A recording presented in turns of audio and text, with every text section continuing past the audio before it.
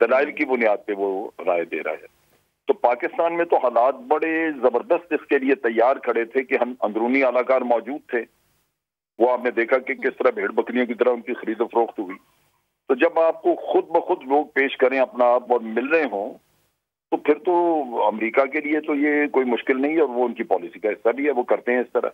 تو اس وجہ سے اس میں مجھے تو کبھی کوئی شک نہیں ہوا کہ اس میں بیرونی ہاتھ نہیں تھا۔ ہمارے میاں صاحب محترم بیٹھے ہوئے ہیں لندن میں، اور وہ فوکل پرسن ہیں وہاں کے، جس کا جی چاہے ان سے جا کے مل کے جو جی چاہے کروا دیں۔